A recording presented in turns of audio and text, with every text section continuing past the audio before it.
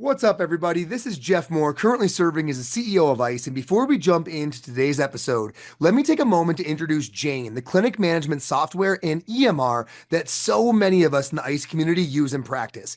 Change is a normal part of clinic life. Maybe you're expanding your team, introducing new offerings, or growing your client list. As your clinic evolves, it's important to have an EMR that not only supports those changes, but also grows with you. Jane's new Balance, Practice, and Thrive pricing plans offer flexibility, allowing you to easily switch from one plan to another depending on your current and future needs. There's no long-term commitment either, just simple month-to-month payments that let you focus on running your clinic. And with every plan, you get features like one-on-one telehealth, email appointment reminders, and unlimited support. Visit jane.app/pricing to find a plan that fits your needs starting at $39 a month here in the US. And when you're ready to get started, use the code ICEPT1MO to sign up for a 1-month grace period on your new account. Thank you so much and enjoy the show.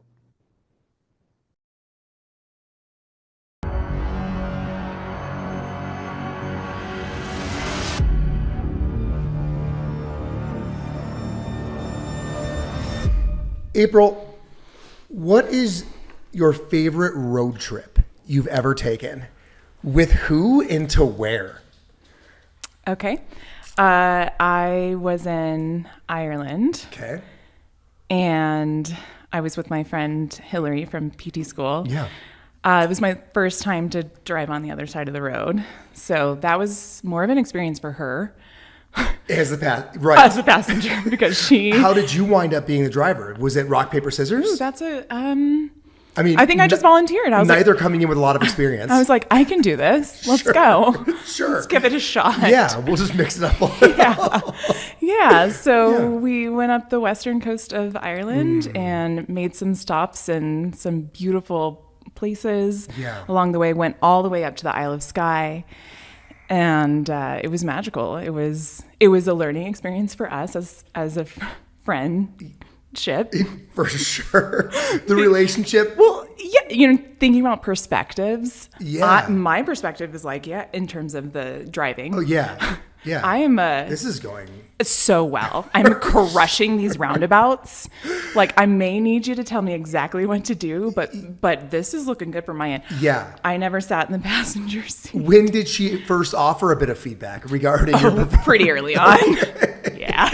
Pretty early on. So Ireland was great. Is it as beautiful as everybody says? It truly, the cliffs of Moher. Yeah, we had a beautiful sunny day too. And it was just magic there. But Isle of Skye and just how quaint all of the towns are. And then, there's a castle every 20 miles. So it's great. I love it. Yeah.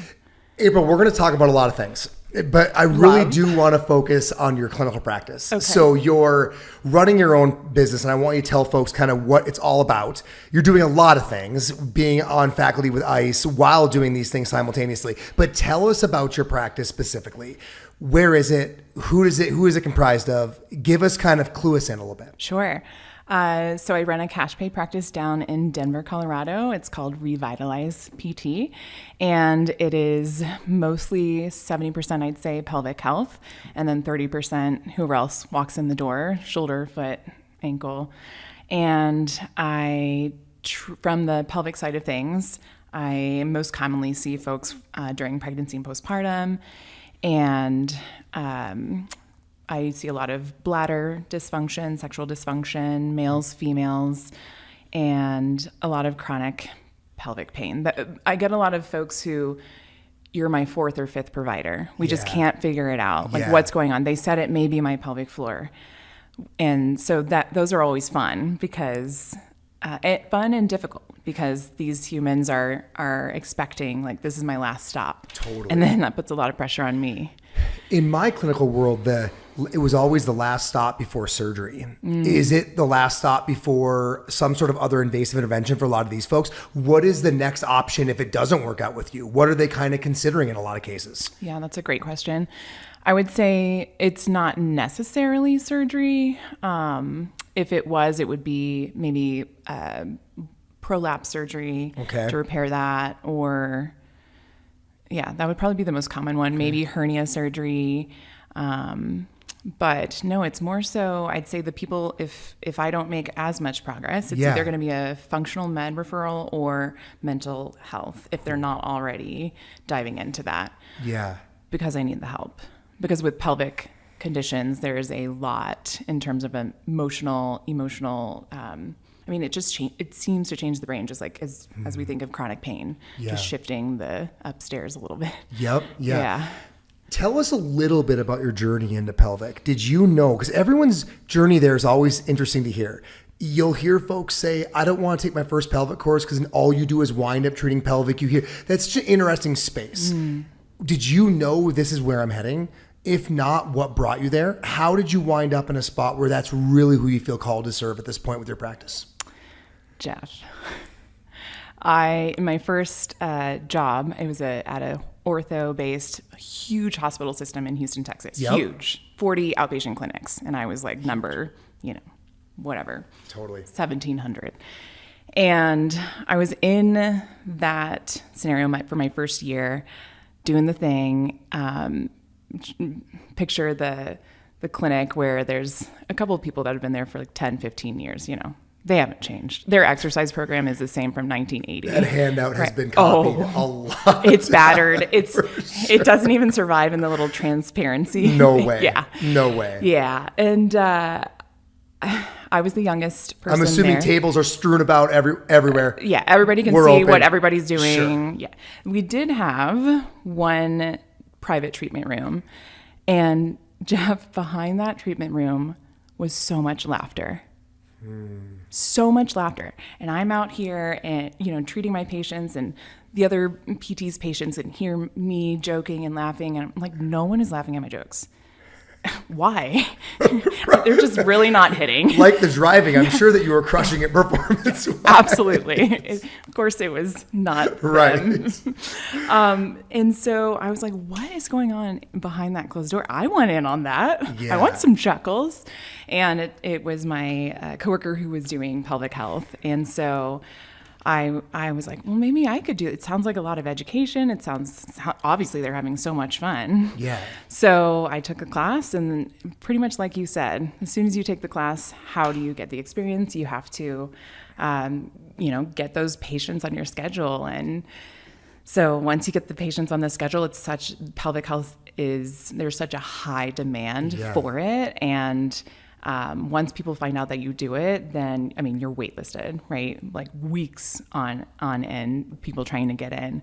And so, no, I never saw myself doing pelvic health. In fact, I had a misconception that people just like pooped on the table all the time. And I was like, absolutely not. Like, I'm never going to do that. But I took the course and I ended up really loving it. And it just helped me. I think it spoke a lot to my strengths. Yeah. In terms of, I love connecting with people, hearing people's stories really just lights me up inside and outside, and learning, connecting with humans, just understanding human behavior. I was a psychology major in undergrad. And so that's, I think, why I connect a little bit better with folks in that pelvic space. Why do you feel like the psychology is more of a variable in that space? Certainly there's some level of psych role in all pain conditions, et cetera, but no doubt people in the pelvic space say what you just said. Why do you think it's more of an overlay or more of kind of a confluence of that factor? Pelvic conditions seem to creep into all systems, and it seems like it's from the soul. We're thinking of what pelvic conditions I'm thinking of is like intimacy, having trouble going to the bathroom, peeing, pooping, or feeling like you're leaking urine while you're out and about at a wedding, right? I can't jump and dance at the wedding because I've got pee coming out of my dress and it's making a stain, and did everybody see it, right? So there's a lot of shame. There's a lot of feelings in this space. Pregnancy, postpartum, I mean, there's a lot going on. Other people have so many different opinions, right, about your pregnancy, about your postpartum journey. If we're thinking of males, like erectile dysfunction, there's a lot to unpack there, and they don't really have anyone to talk to about that. So I think the emotional, being able to have a provider who will create a space to let you open up and share these often vulnerable scenarios comes up a lot more in pelvic than it does if someone's like, yeah, I can't move my shoulder, overhead to like toss the basketball in the net. And there's not a lot, there's not a ton of vulnerability there. It's just like, it's a fact. Yeah. But with the pelvic space, it's kind of like, it just attacks so much of the system and creates a lot of like distance, I'd say. That's such an astute observation. And clearly it's rooted in just a bunch of actual real person reps. But you're so right. Like, a pelvic disorder is a problem everywhere. It's a problem with hygiene, with the restroom, with intimacy, with double unders, with socializing. Mm-hmm. That is so unique compared to, like you said, when your shoulder's tweaked, you're having a hard time with handstand push-ups, but it's not a huge issue in the bedroom or in the bathroom or at socially. It's not and you can talk about it in the gym. Totally. Dude, my shoulder's like jacked, I can't do that. But saying to the coach, I can't do that because I have heaviness coming out of my vagina when I land that box jump. It's not even... Not as comfortable to say. Yeah. In a group setting. Yeah. I've never thought about that before. How it impacts every single... That is so unique. Which then immediately makes me wonder, you've almost got to talk about every one of those things. Is your subjective 4 hours long? So long, Jeff. So long. And I tend to be a little wordy. No doubt. If the people who know me here in this space. Yeah. And it tends to be a long subjective.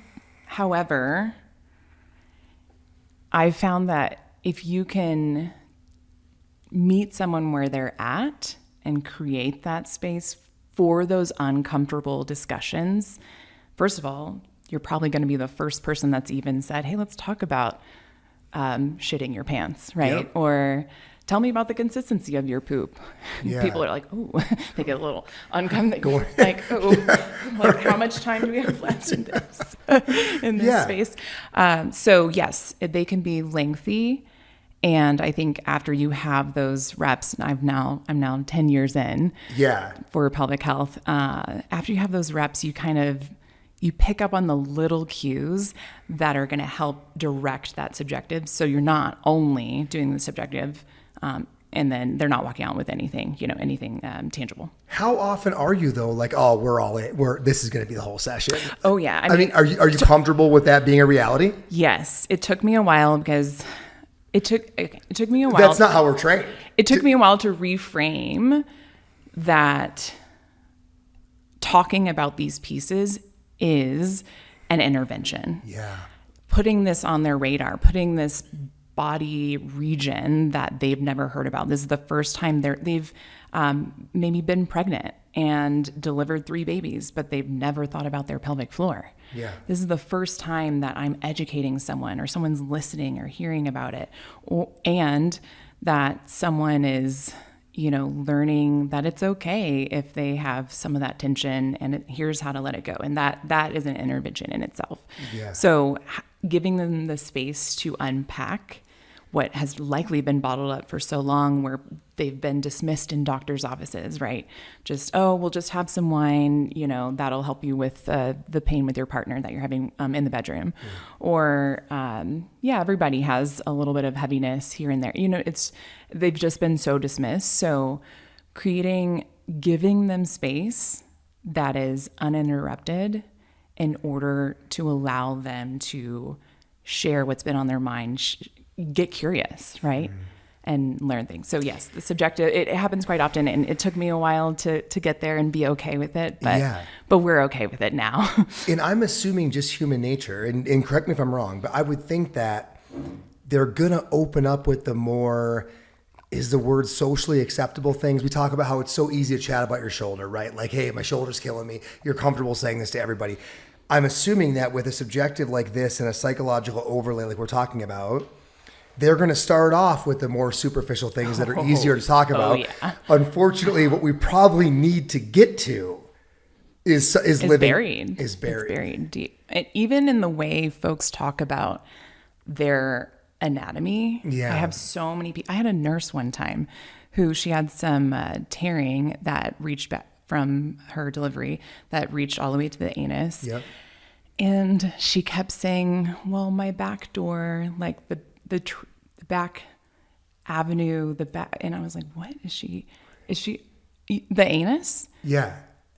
Yeah, the anus. But even for someone who is in the healthcare space, it was hard for her to label these things, whether because she has had so much pain or because she doesn't feel comfortable talking about it, or, oh, this happens. Other people have this. And then literally just naming the thing is so helpful. Like, hey, we're going to talk about pee, poop, and sex today.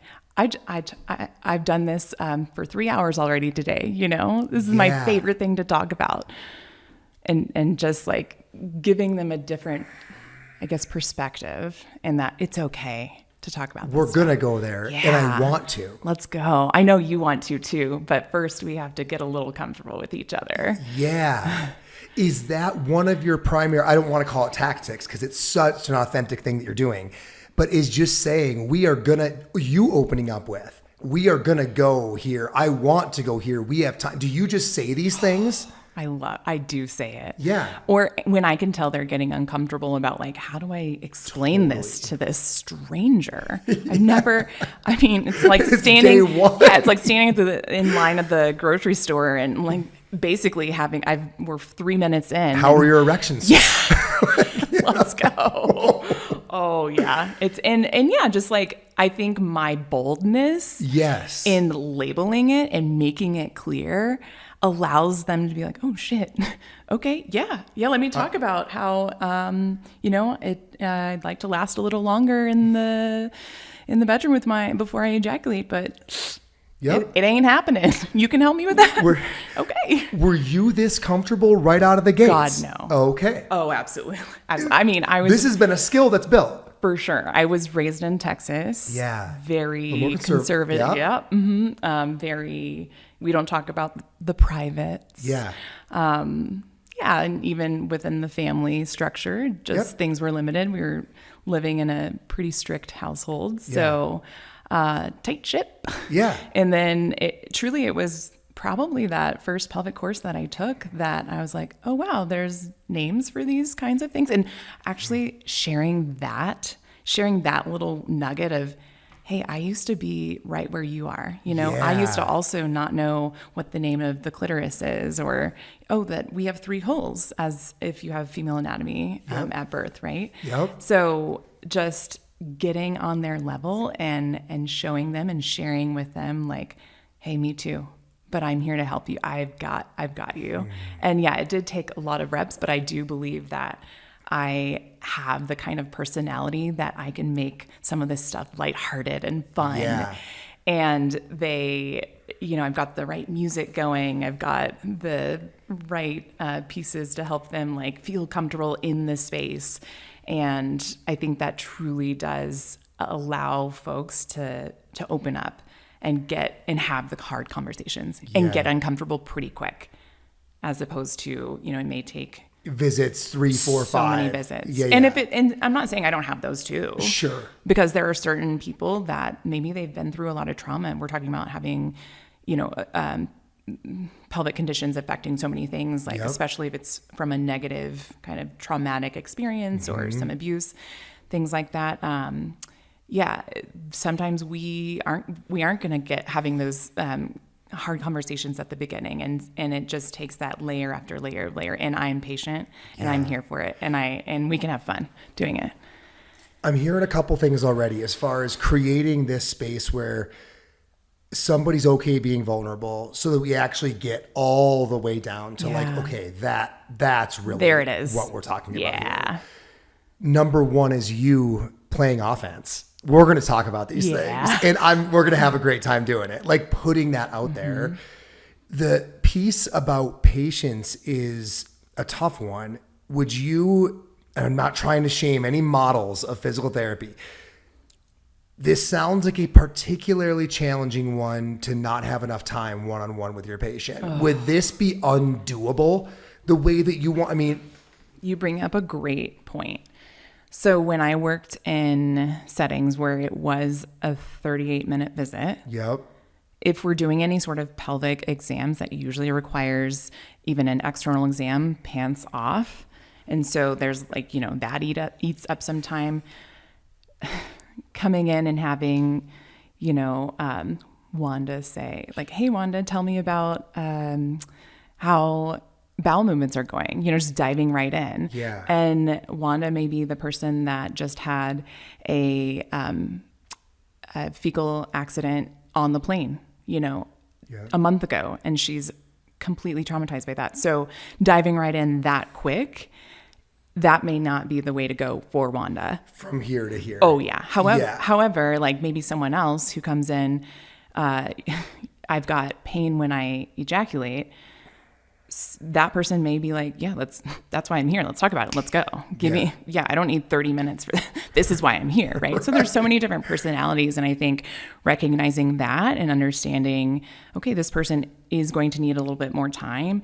And I think having worked in those PT clinics where it's 38 minutes, just in, out, in, out, in, out, not only was it hard for me as a provider to be clear and have the energy and emotional space to get the person to feel more comfortable. But yeah, for the majority of people, I think they do need those hour visits in order for us to like get through the hard questions, do the education and get them the help that they need. Yeah. So yeah, I believe longer is better for this population. Yeah. You are explaining a pretty heavy type of practice. Anything where, most of your patients are bringing in a fair amount of psychological accompaniment. I don't want to call it baggage, but there's a lot coming at you, patient after patient. You've been doing this for years. You don't sound burnt out at all. In fact, you sound eager. You sound enthusiastic. I think that's going to bewilder some folks. And I think it's a really hopeful presentation that you're unknowingly, coming forward with. Number one, am I reading you right? Are you loving this more than ever? And what do you think is creating this kind of sustainable energy, even in the presence of conditions that are kind of heavy? I wasn't always like this. Okay. Unpack that a little bit. We'll relate to the people first. Yeah. I definitely wasn't always like this. Yeah. When I was not working at my cash pay practice, when I was in the PT mills, seeing those patients back to back to back, I was exhausted. I had, I worked at one of those clinics where it was like, oh, you can do 4 days a week. And I love to adventure and explore. So I was like, let's knock the Monday through Thursday out. Yeah. Let's freaking go. And unfortunately it truly wore on me.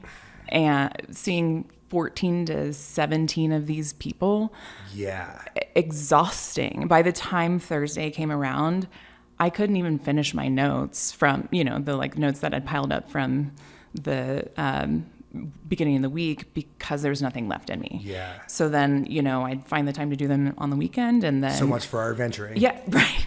And then roll up the sleeves, all right, back to the battleground, let's go. Yep. And it would just kind of peter out.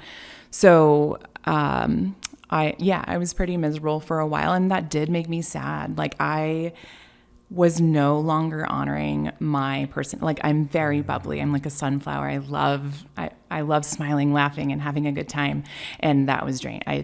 That didn't exist anymore. I tried as much as I could behind the closed door with my patients to have that, but we weren't there. So opening Revitalize was really helpful in getting me out of that. Was it that in a reflection of I'm in this space that made you make the move, or were there other pieces? Yeah. Yeah. So The impetus for opening Revitalize came from a friend of mine who was in my PT class. Her name was Devin. Yeah. And she had moved out to Colorado a year before me. She's the person in the group project that you hope you get. You know, when they randomly assign, you're like, please, please, I need a Devin. Devin is going to. That is a great way to characterize it. Yeah. She's going to come in blazing with the Excel spreadsheet. Totally. She is going to have all the resources. People are going to be assigned tasks. Oh, yes, yeah. But she's fun. She's like Yeah. tiny, mighty, strong, like loves, would wear T-shirts with sassy sayings, like just all that kind of stuff. So Devin was so resourceful, always like building other people up. Yeah. She was the opposite of the scarcity mindset. She was like, hey, my friend's opening a gym. Everyone come see. April's doing some virtual harp concerts online. Here's the link. Go support her. Yeah. Like, April, I know you've been having trouble with like the work that you're in, and sounds like you're kind of miserable. Here's 5 job postings I found that are in your field. Yeah. Check them out. So very, very resourceful and helpful in that way. And unfortunately, Devin had got the bad draw of cards, and she was diagnosed with cancer a few years ago. And in that journey, it was so beautiful to watch her still be the bubbly person, the resourceful person, the like cheering on her friends throughout. And she would create change when something was not serving her.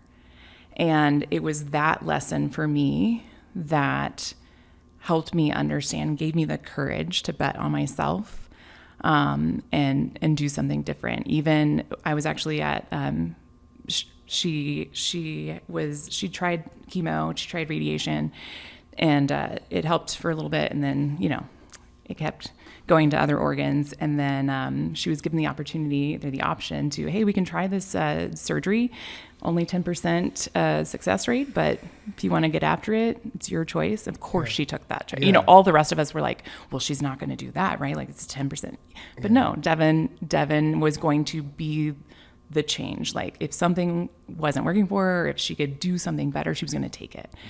And I was actually coming back from our ICE sampler back in 2022 that Sunday, and things had kind of taken the turn for the worst. And before I left, we knew she only had about a month left, and I was, that gave me all the emotions because I may not be there when she passed. So I said goodbye to her, and that was a tough conversation. That was probably one of the toughest conversations I've ever had, to say goodbye to someone who is dying while they're still alive. Yep. I didn't even know how to approach that, and love Devin. Like, thank you so much. I was like, hey, how can I be there for you now? Or even, in a month. Like, I couldn't say after you're dead, right? Yeah. But she knew what I was getting after, and she was like, April, I don't need anything. I've made my peace. So I came back that Sunday from sampler and drove straight to. She was on hospice, so drove straight over there, and I got to say goodbye again. And 3 hours later, she passed away. So I truly believe that she waited for me.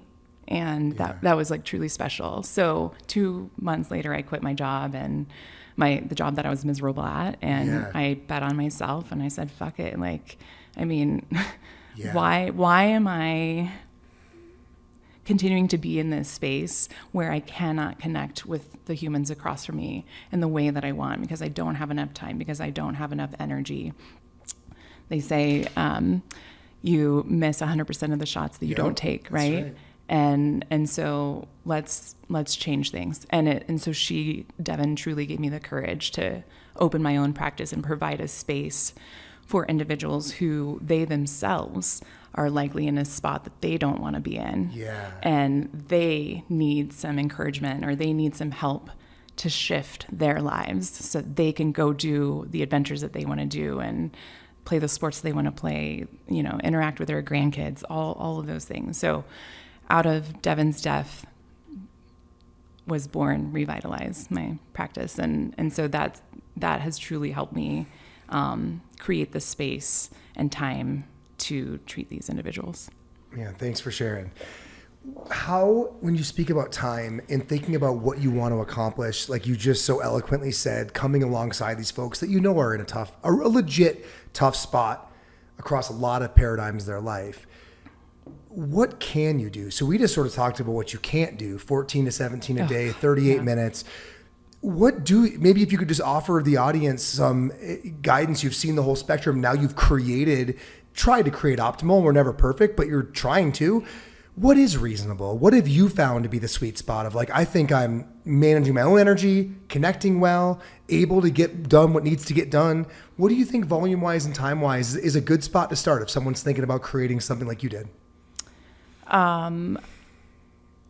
In terms of actual session time. Number of patients per day, maybe days per week, just overall kind of structure. 60 minutes, I think, is great. My first appointments are 75 minutes. Okay, hour and 15. Yeah. And part of that is probably for me and my lengthiness, but it is super helpful to have that little extra bit of time in the event that things go a different direction than I was expecting from these pelvic patients. They come in with a lot of complexities. They've been to a lot of other providers. They're confused. And sometimes giving them, again, that time, that extra space to cry. I mean, probably a couple times a week, people are shedding some tears. And if it happens to be their first appointment, then I've given them that space that maybe other providers have not been able to. Nothing against them necessarily, but that's the way the system works. And I've created a process outside of that system. So I'd say, but 60 minutes is fine for the follow-up visits. And then in terms of how many a day or a week, I think like 5 to 6 is a sweet spot.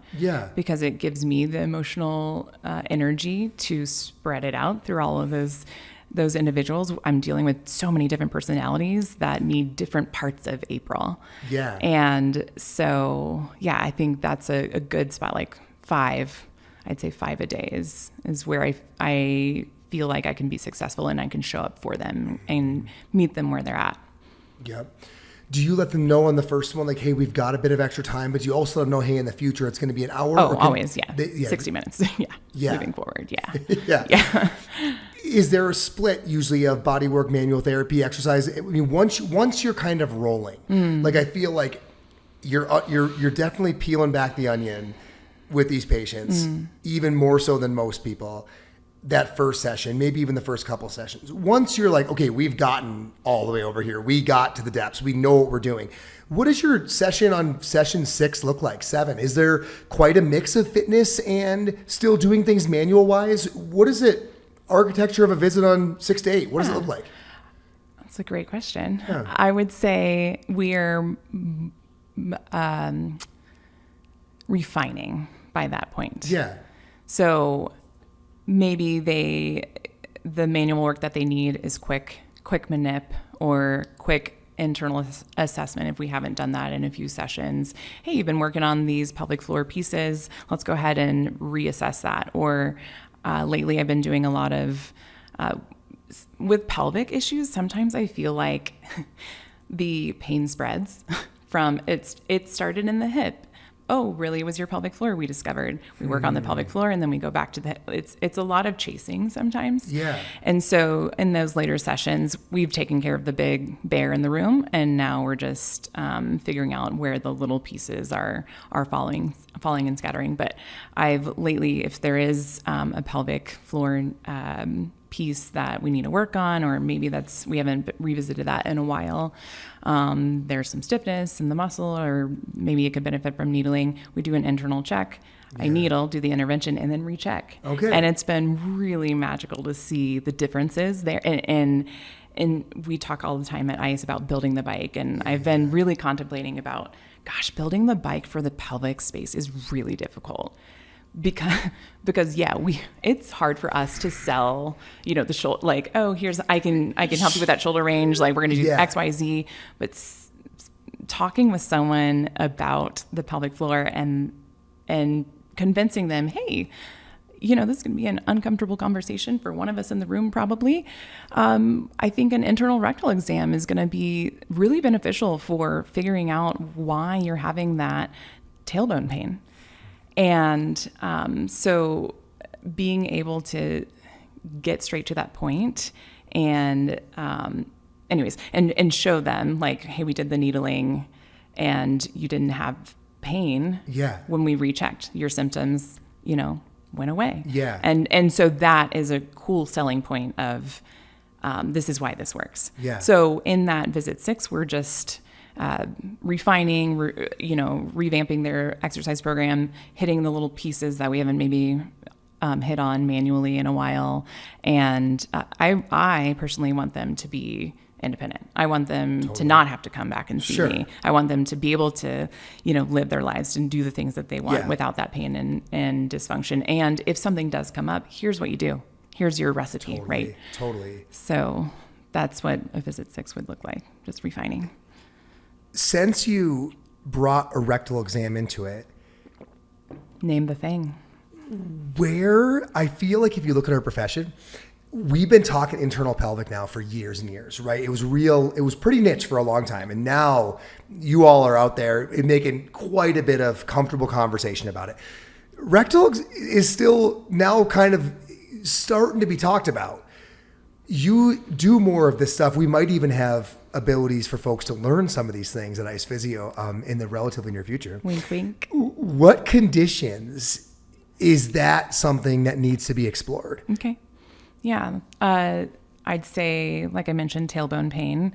So somebody comes in and they say, I'm just having kind of localized pain every time on my coccyx or whatever. Well, they think it's their back, actually. Totally. They say it's their low back. Yeah.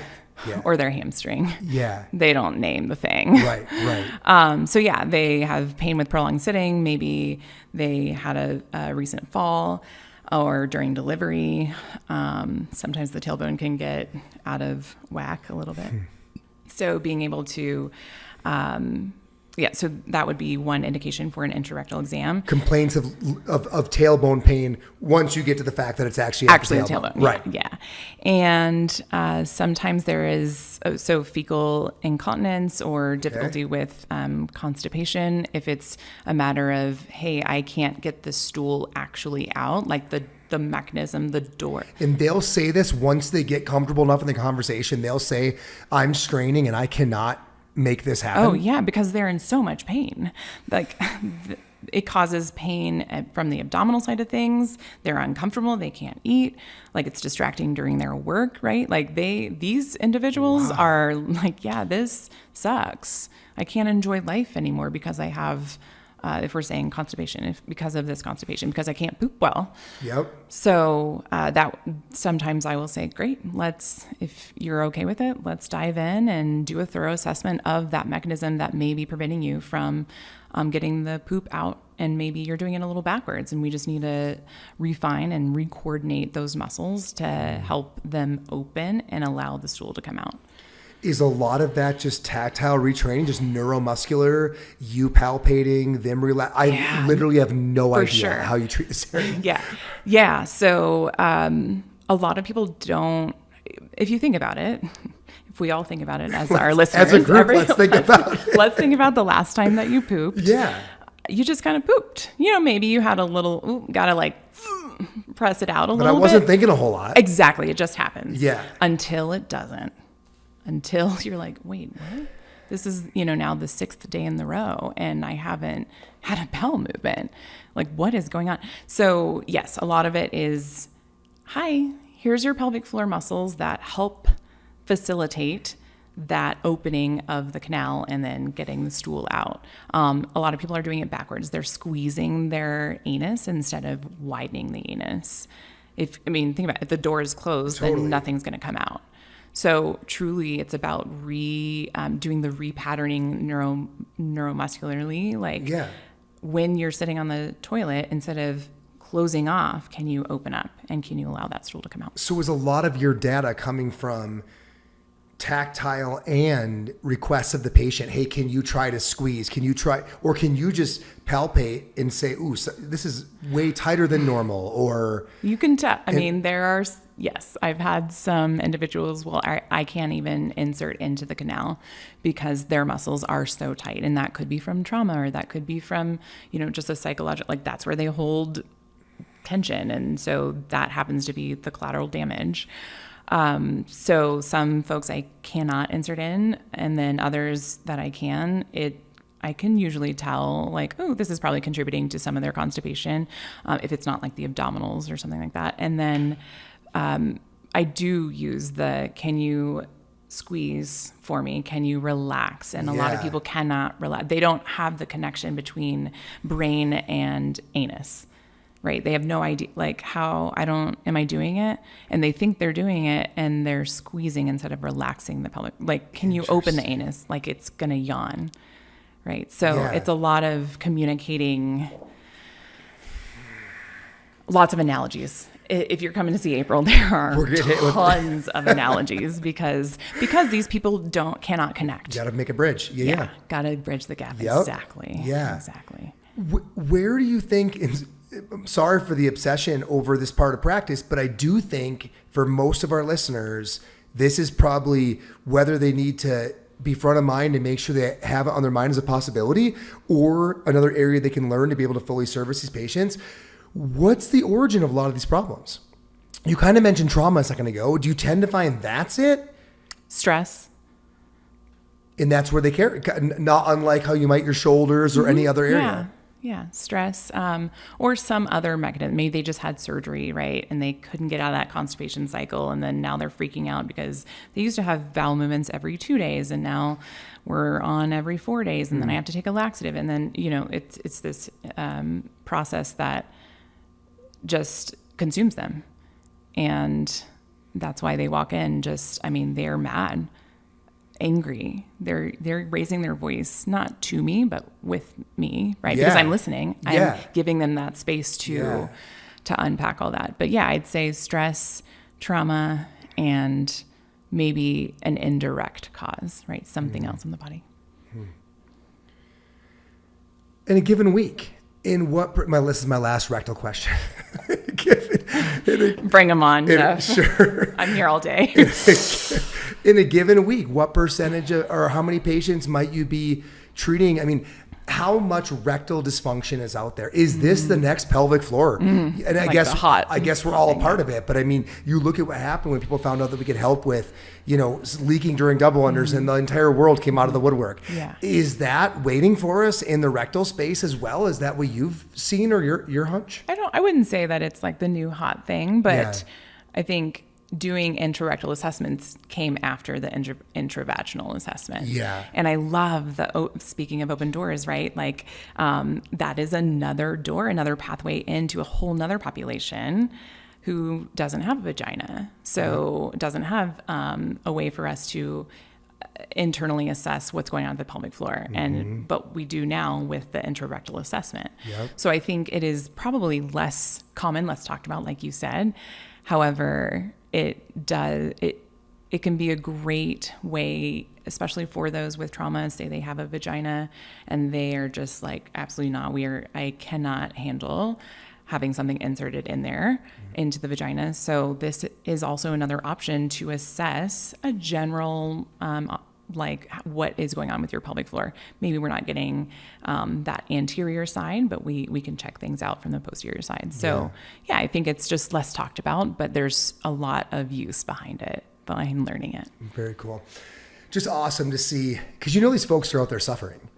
So many. I mean, pooping, all of these pelvic floor functions are ADLs, and we're not talking about it. Totally. We're not talking about people who have these issues and they don't have anyone to talk to about, right? Because it's just ashamed, I guess. Like, people are ashamed about it. Like, I should be able to do this. Everybody else can just go in and like pee as they wish. Or what's wrong with me? Poop. Yeah.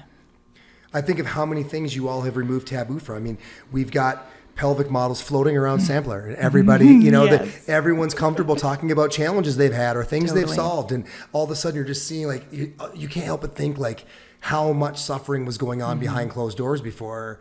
And it's exciting to hear a whole nother area that's kind of opening up. Which feeds into my eagerness, right? Yeah. And my want to share and talk with other providers as well as the client across from me. Like, yeah, let's get into your bowel movements. We're doing this. Let's go. Any other advice that you have? So we're talking about helping these folks get into a space where they're comfortable being vulnerable. And the fact that it tends to be a few layers in. Yeah. You being bold and eager right out of the gates. I want to talk about this stuff. You sharing, I used to be like you, right? Which I think a lot of folks would be comfortable. I didn't know all this stuff, a long time ago. And I understand that it could be uncomfortable to chat about. Having enough time. That was a third factor. So that you could you mentioned being patient. Well, you can only be patient if you have enough time. So if you're going to dive in with some of these folks, at least especially on the eval, you're going to need a certain quantity of time. Llamas, oddly. But I mean, those three factors, as far as, things that can really help that person get all the way down to, here's my actual problem, April. Anything else that you would recommend someone who's like, I really want to get into the space and serve these people. I feel called. Things that you're doing in your practice that you think are unique or special that are helping you create the brand that you've created. Anything else before we sign off that you would tell the audience, like, hey, give this some thought, like as you're going to do this?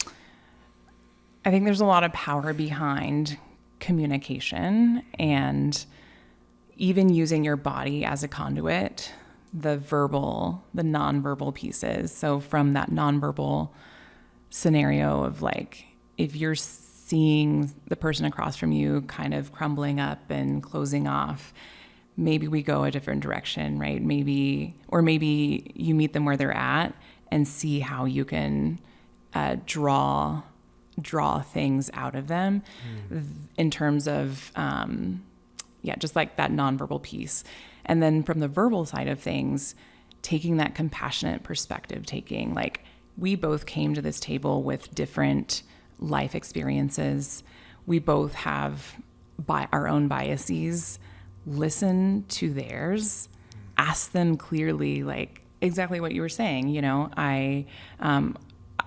I used to be here, but I want to learn where you're at now. Like, can you unpack that more?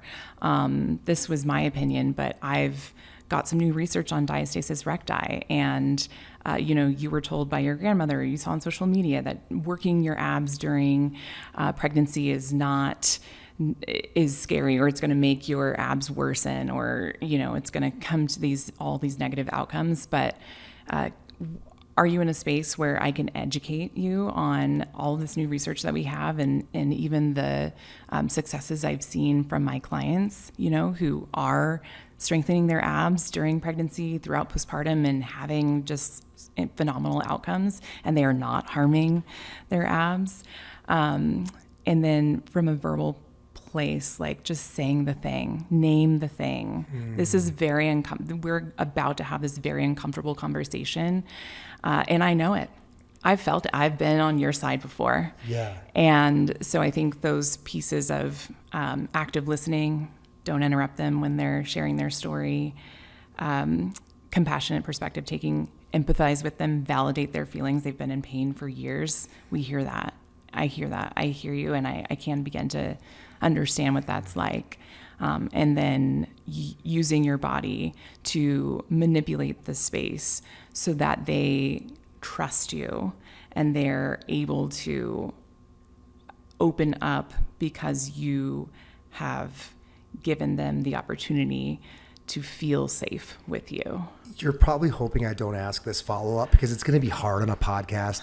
Can you unpack that last one a little bit? When you talk about using your own body to create psychological safety or things can you give an example? Those that are watching on YouTube can actually see us, but can you illuminate that point at all anymore? Yeah. So I think in the actual space, this is using the physical space, but removing physical barriers, getting closer to them, leaning in.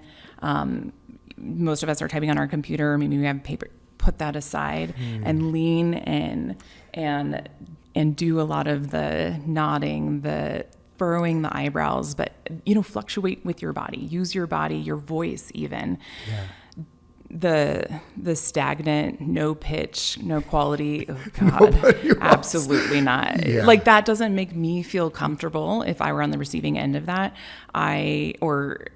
Not, making that eye contact and making sure that you're not flipping, looking at the clock or your computer, and just really making that person feel like they are the only person in that space and you are there for them, to have them lean on you from an educational standpoint, from an emotional standpoint, from any of that. So using the nonverbal, the facial expressions, and using your voice as an instrument to help them understand, okay, I can share and I can get vulnerable with this person and they are not going to judge me.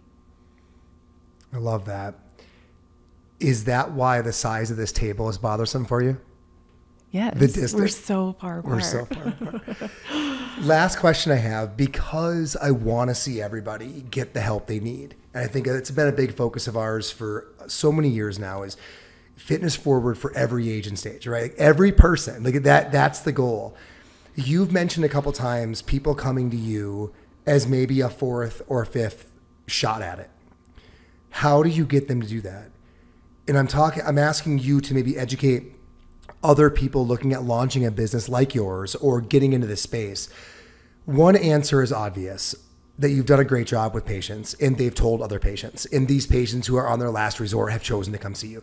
That will work, but it's a bit of a slow grow. Mm-hmm. Anything else that you did as far as marketing to other providers or things that help people who were like, look, I've tried everything, say, okay, but I'm also going to try that as one last kind of Hail Mary? To help them build their business and see the clientele that I'm seeing? Yeah, specifically to help them get those people that are close to giving up. Yes. Okay. To recognize they might be able to be that last shot that worked out. Yeah, that eighth provider. Exactly.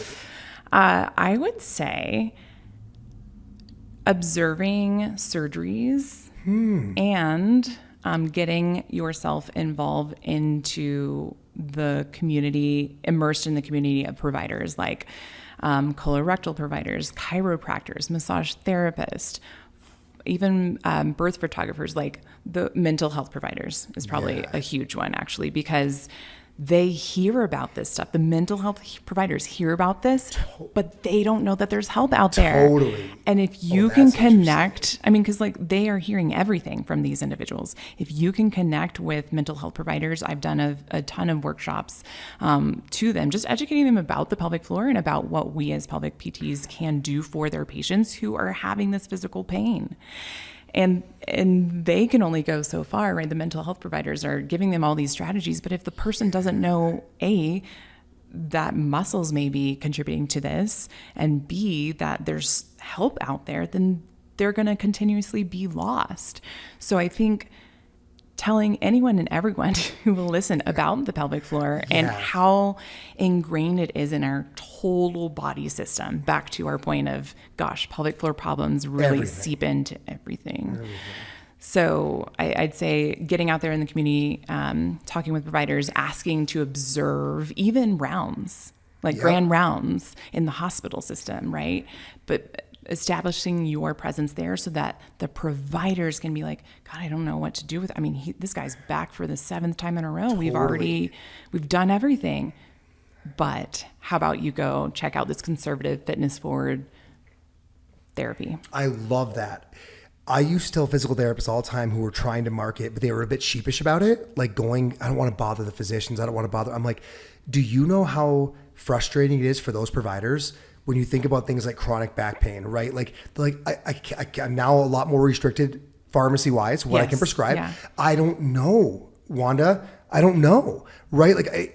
For you to, what a gift you're giving that mental health provider of like, when they hear that, you're not going to believe this, but I know someone who works on this stuff. Totally.